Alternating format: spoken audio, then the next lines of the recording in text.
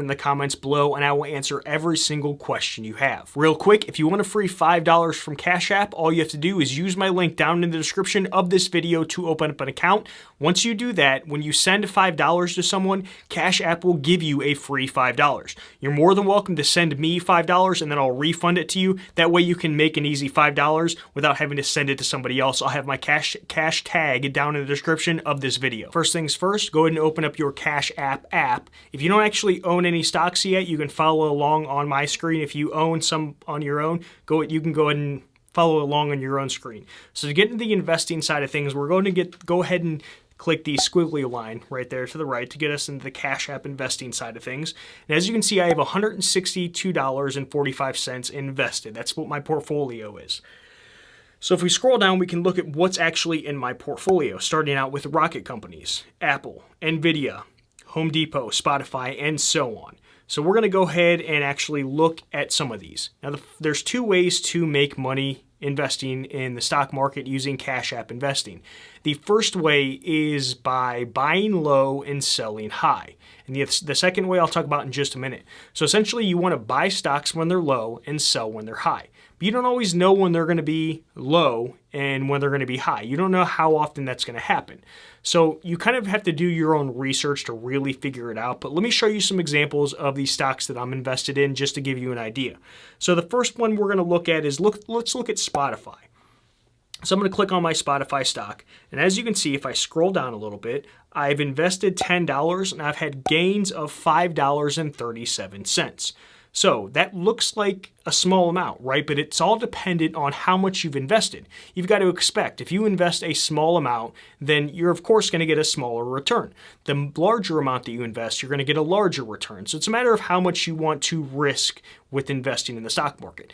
What's more important is what is the percentage return. That's essentially what really matters, not necessarily the dollar amount, because like I said, it's all relative to how much you're actually investing. So to figure out the return based on a percentage, what I can do is I can click on those three dots, and this shows me what my gains are at this point in time. So my unrealized gains are 53.7%, which is really good. That is very, very good. Even though I've only made $5.37, those returns on a percentage basis are so good.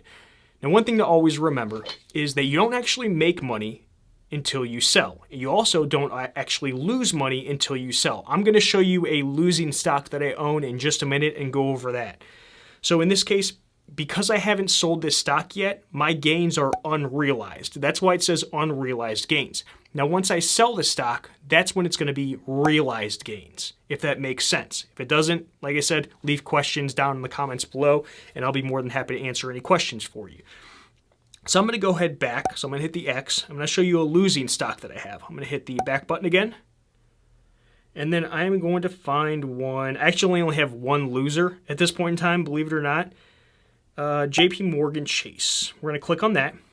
And you can look up top, see I have my stock is worth $2.96 because you can buy partial shares.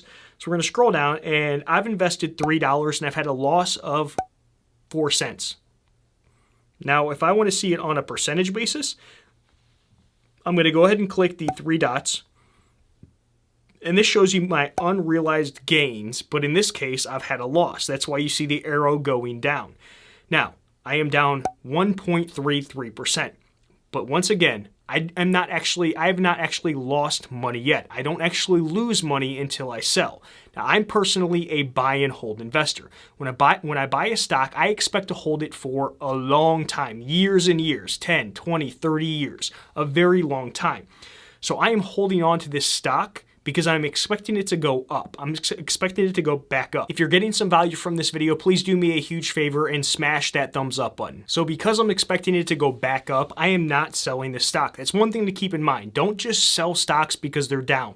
Hold on to them for as long as you can because they're most likely going to go back up as long as the company doesn't go bankrupt. I mean, not all the time, but usually just as long as it's a nice, strong, stable company that's been around for a long time,